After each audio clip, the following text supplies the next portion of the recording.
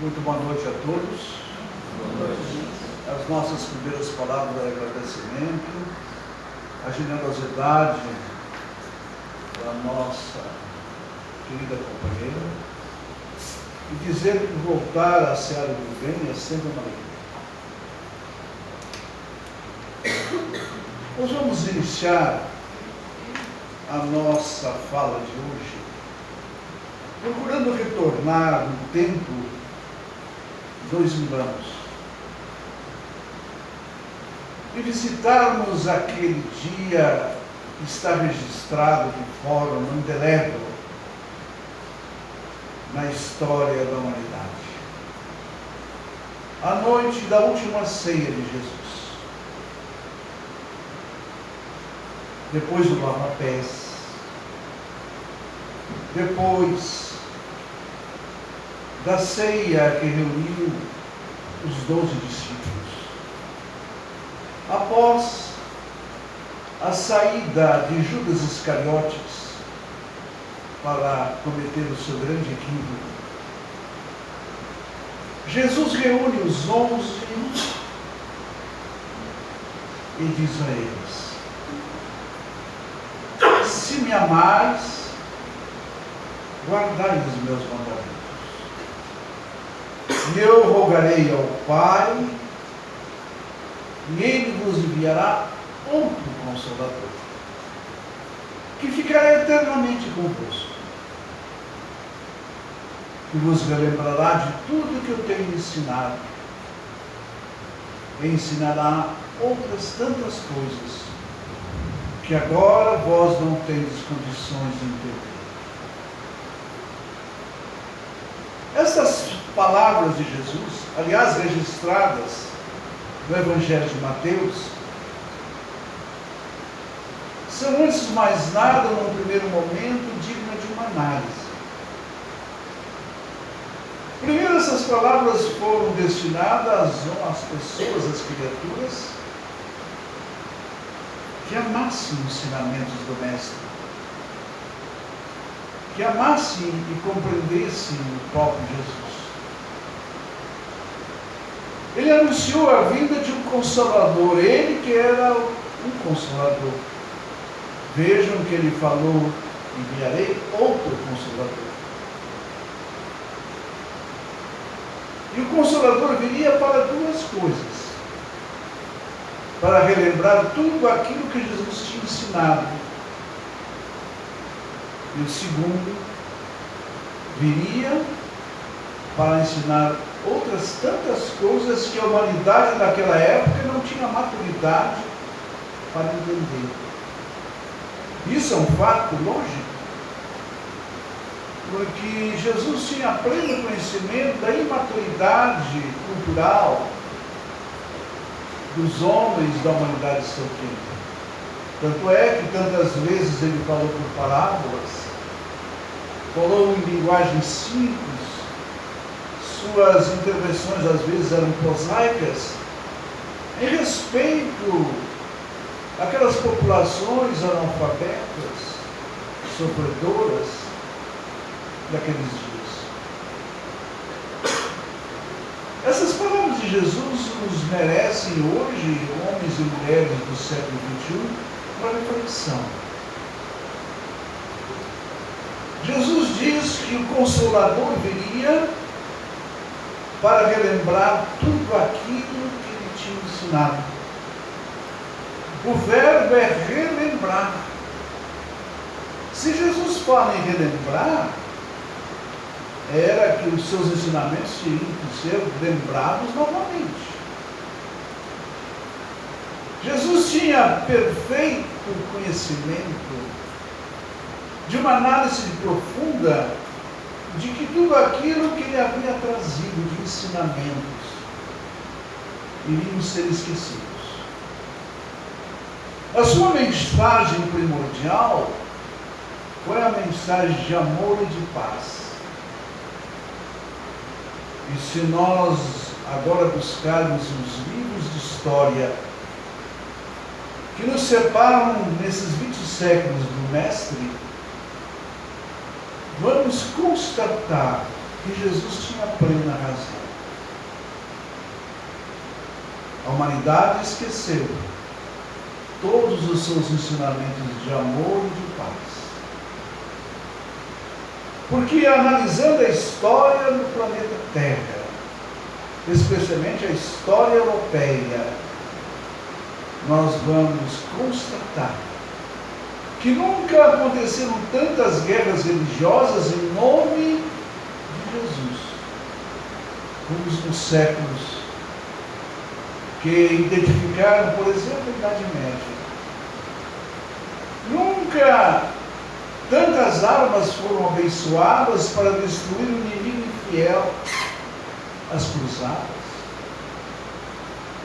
A humanidade foi capaz de realizar as grandes investidas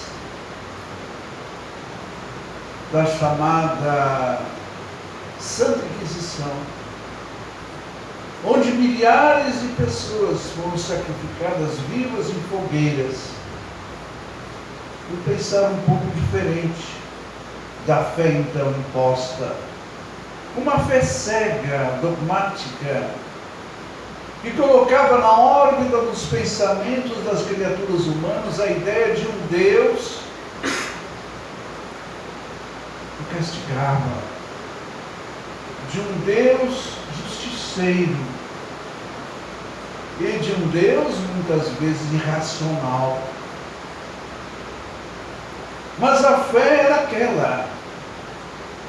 E em nome desta fé, muitos homens e mulheres foram trucidados. Lembramos apenas, en passant, figuras como Giordano Bruno, o Galileu Galilei, que em pleno século XVI aventuraram-se a afirmar que a Terra era redonda e que a Terra não era o centro do universo. Respondeu Galileu Galilei a processo. E só não foi crucificado ou não foi queimado em fogueira pela Santa Inquisição porque morreu antes. Mas respondeu ao processo. E somente agora, recentemente, no tempo de João Paulo II, o processo de Galileu Galilei foi revisto. Então, perdoaram Galileu Galilei, o retiraram do purgatório e o levaram para o céu. Uma pretensão incompreendida, baseada numa fé completamente alienada. Então, certamente, nós temos uma compreensão de que Jesus percebia que os seus ensinamentos seriam esquecidos. E que esse Consolador que Deus mandaria novamente, viria com a missão de relembrar os ensinamentos do Mestre. Mas mais, esse Consolador também viria para trazer à humanidade conhecimentos que a humanidade daquele tempo, no tempo de Jesus, não tinha condições de entender. Havia necessidade da evolução do pensamento, da cultura, da capacidade intelectiva da humanidade. Os séculos passam e, finalmente,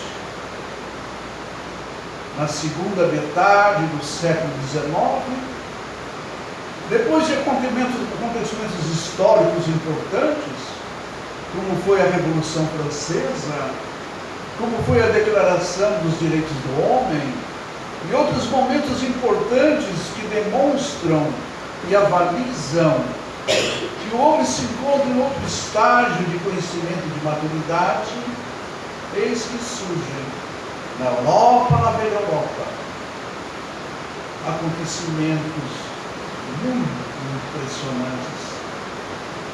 As mesas girantes, as mesas bailantes, e depois, surgindo pouco a pouco, uma nova visão de espiritualidade.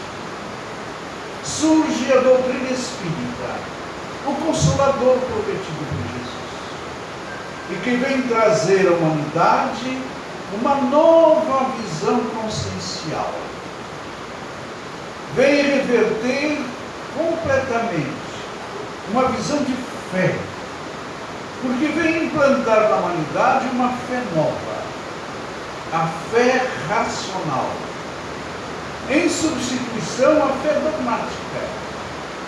A fé dogmática é aquela fé imposta, onde minorias religiosas impõem às criaturas, às grandes multidões, conceitos religiosos de fé.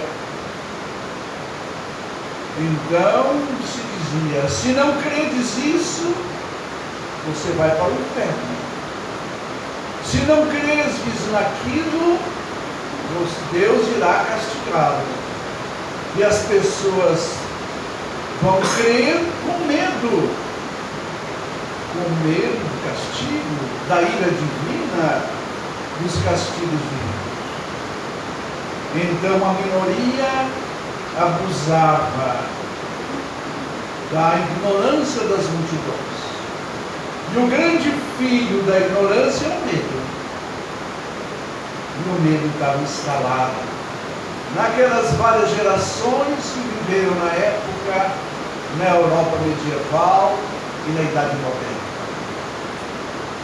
Mas quando surge o Consolador, a doutrina espírita institui-se na Terra a ideia da fé racional. E a fé racional diz: eu creio porque eu sei. Eu passo a ver as questões da religião, dos conceitos, dos ensinamentos proclamados pelo Mestre Jesus, dentro de uma órbita eminentemente racional. Eu creio porque eu sei. A doutrina espírita, portanto, traz à humanidade o fato novo de eu acreditar sim, mas baseado na razão.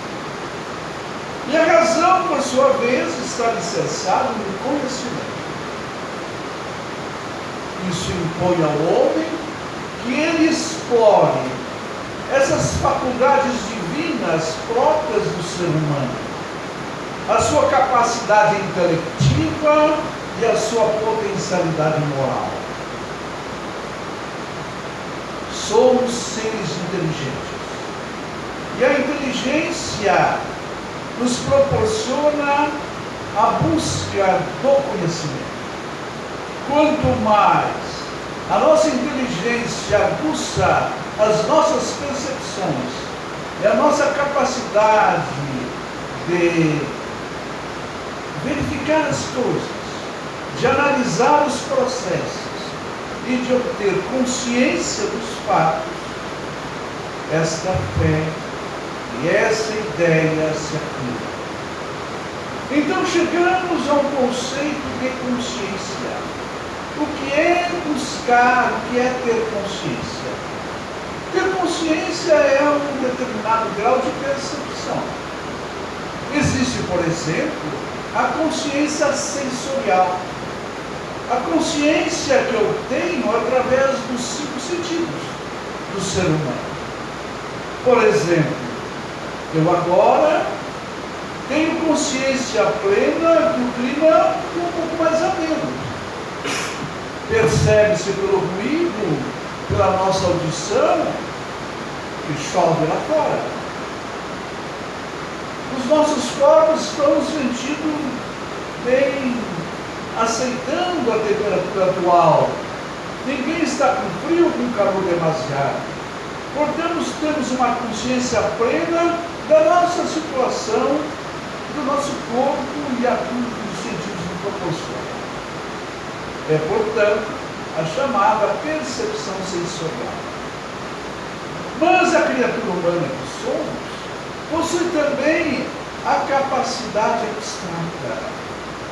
Nós somos seres que temos a capacidade de amar e de sermos amados. E o amor é uma percepção extremamente abstrato. Nós não sabemos nem exatamente o que é o amor. O amor é um sentimento ainda indefinido para muitas pessoas. Ele vem e vai, muitas vezes se mistura com outro conceito chamado paixão. Mas existem outros sentimentos abstratos, como por exemplo a saudade. Nós sentimos saudade, mas não sabemos definir exatamente o que ela é. Tanto é, isso é verdade, que a língua portuguesa possui essa palavra, esse termo, saudade. Outras línguas não têm esse vocábulo de tão abstrato que é esse conceito. Saudade. É uma consciência abstrata. Então essa percepção, essa consciência, no nosso dia a dia, ela é fundamental, porque ela nos dá exatamente os parâmetros de onde andamos, do que sentimos, do que pensamos. E quando nos defrontamos com os conceitos da doutrina espírita, eis que nós começamos a construir, pouco a pouco, embasado na fé racional, no conhecimento, a chamada consciência espírita. A consciência espírita perpassa por analisar determinados elementos extremamente sólidos e importantes na nossa percepção como espíritos que somos. Sim, porque a consciência espírita nos relata e nos aponta a ideia primaz de que nós temos que perceber, temos que ter uma consciência plena que nós somos espíritos. Esse é o primeiro conceito doutrinário muito importante. Enquanto as outras religiões afirmam que a gente tem uma alma, a doutrina espírita nos coloca pelo pensamento, pela reflexão, pela racionalidade, que a gente não tem alma, que a gente é uma alma. O que é um conceito completamente diferente.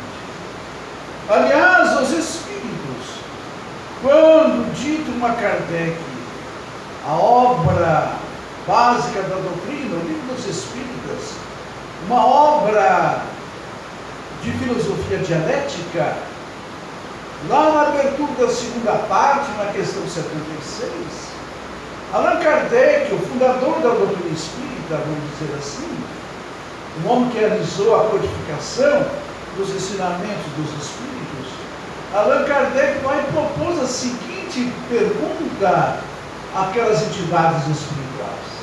Ele pergunta quem são os espíritos. E eles, os espíritos, respondem ipsilíteres. Os espíritos são seres inteligentes da criação. Ponto. E aí a gente usa a capacidade de reflexão. Aí entra a ideia do conhecimento. Aí entra a ideia da percepção e da consciência espírita. Se os espíritos são seres inteligentes da criação, e mulheres e homens, as criaturas humanas são seres inteligentes, a conclusão óbvia é que as criaturas humanas são espíritos. Evidente. É uma conclusão que nos é dada dentro de um silogismo direto diante das propostas da filosofia moderna.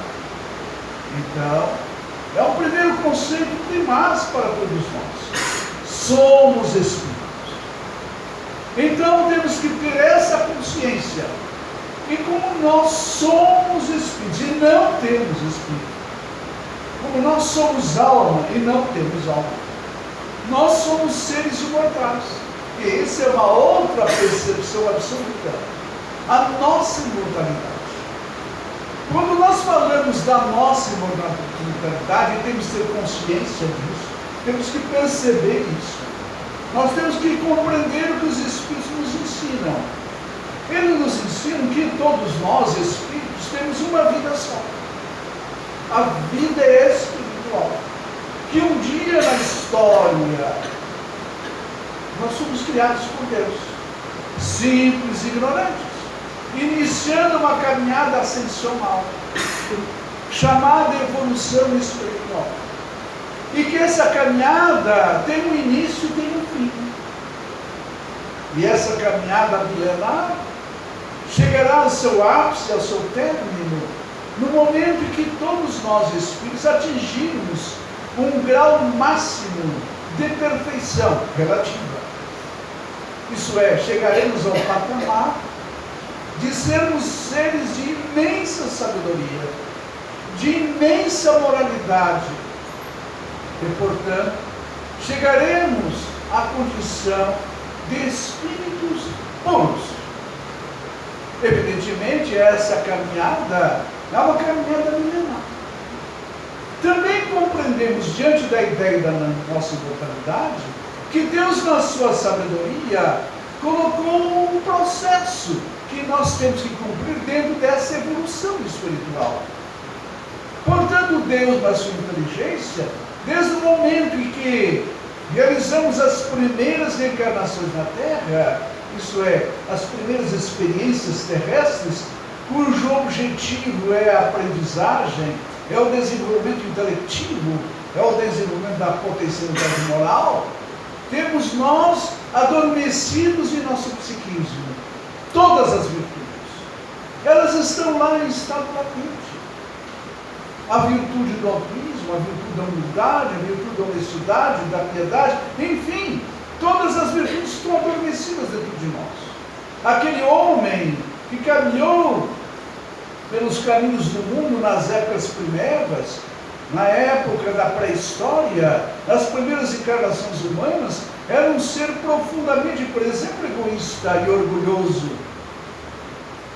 E se ele não fosse assim, egoísta, ele não sobreviveria diante das dificuldades da relação, do tempo e do espaço em que vivemos.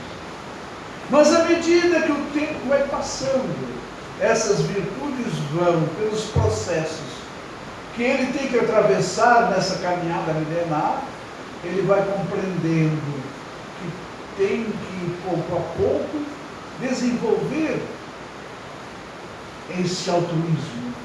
Esse altruísmo que um dia irá substituir todo o egoísmo existente naquele psiquismo primitivo. O orgulho de ontem vai se transformar em humildade, a desonestidade em honestidade, a impiedade em piedade. E todos nós chegaremos ao cúmulo de possuirmos todas as virtudes em plena consistência. É um plano divino. E esse plano divino aponta um outro processo de consciência plena. É de que Deus não castiga. E que Deus nos oportuniza o tempo necessário para desenvolvermos essas virtudes, as condições máximas, nesse grande planejamento divino que é a evolução espiritual. Então, é uma outra consciência, é uma outra percepção de vida que nos leva a compreender que pouco a pouco nós espíritos temos que começar a enxergar o mundo em que vivemos de outra forma, que temos que projetar um universo diferente, uma nova visão de mundo, uma nova visão de universo. Por exemplo, um conceito como humanidade. Quando nós falamos em humanidade, nós imaginamos todos os seres humanos que estão encarnados na Terra.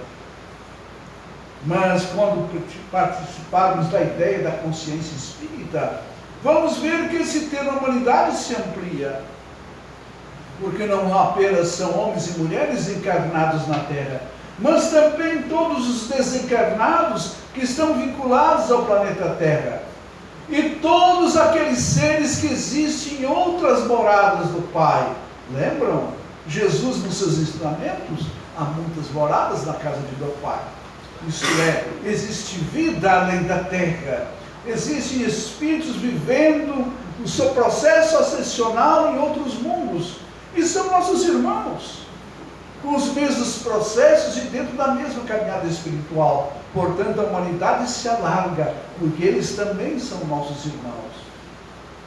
Então, a ideia da consciência espírita vai se ampliando, e se amplia mais, cada vez mais. Mas, continuemos a raciocinar. Se somos seres que temos uma vida só, nós compreendemos que a morte não existe. O que existe é apenas um processo de transformação. Aliás, um processo de transformação assegurado inclusive pelas leis físicas da Terra. Como, por exemplo, a lei do Lavoisier. No universo nada se cria, nada se perde, tudo se transforma. O que é a morte física? É a perda daquilo que temos. Agora sim, o verbo está certo. A gente tem um corpo físico. E tem um corpo físico que é uma vestimenta apropriada a viver no mundo denso como a Terra. Depois de cumprirmos um ciclo biológico encarnado de 70, 80, 100 anos vivendo na Terra, o nosso corpo físico se desgasta naturalmente. Porque é uma lei divina esse desgaste.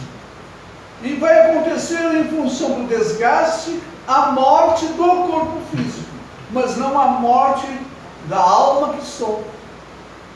Porque a alma que sou, o espírito que sou, abandona o corpo. Na verdade, nós devolvemos à natureza aquilo que a natureza nos deu, o corpo físico. Mas isso que nós é capaz de amar, de pensar, o espírito que somos, ele adentra a dimensão espiritual. Uma dimensão espiritual que é interpenetrada à nossa dimensão. O que eu quero dizer com isso é que em qualquer lugar do planeta Terra, em qualquer mundo físico, existe uma dimensão interpenetrada, que nós chamamos de dimensão espiritual. Aqui temos um ambiente físico, limitado por essas paredes. Os nossos olhos aqui têm a consciência de perceber o ambiente físico. Mas saibam que nesse mesmo momento, existe aqui, nesse instante, um outro ambiente interpenetrado ao nosso, o mundo espiritual, o ambiente espiritual do nosso ambiente, que é muito maior e cuja população de presentes desencarnados é muito superior à nossa, porque também eles vêm ao estudo, ao raciocínio, ao pleno, porque na dimensão espiritual a gente não fica o tempo todo sentado em almofadas no céu olhando as anjas desfilar. Não. Na dimensão espiritual a gente estuda e trabalha muito e se prepara para novas investidas no mundo físico, em processos de aprimoramento, de preparação para futuras encarnações. E aí nós entramos nessa lei extraordinária chamada lei da reencarnação, que nos concede uma outra visão de consciência espírita. E é muito interessante que a ideia da reencarnação, que a doutrina espírita traz à luz, é um conceito que Jesus defendia. E que a humanidade esqueceu naquela nossa proposta inicial que a gente lembrou. A reencarnação não é aceita pelas religiões cristãs, nem no catolicismo, nem no protestantismo e outros ismos. Mas aí a gente vai novamente ao Evangelho de Mateus. E lá nós vamos ler uma passagem ipsilíteres, onde uma determinada noite, Jesus, depois de um dia estafante, está com alguns dos seus discípulos recolhido às beiras do lago de Genezaré, trocando ideias sobre o dia ocorrido, quando alguém bate a porta. Abre-se a porta e um personagem adentra o ambiente.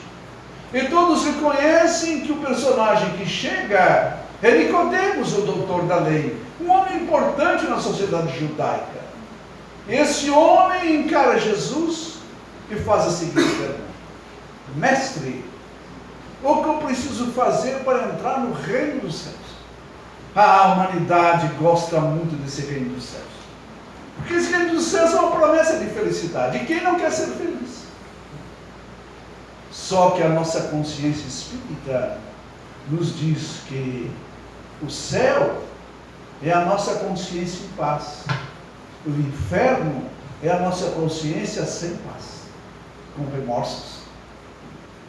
O céu e o inferno não são locais, são estados de consciência. Mas aquele homem perguntou a Jesus: mestre, como preciso fazer para entrar no reino dos céus? E Jesus responde: em verdade, eu te digo, Nicodemos, que te importa nascer outra vez.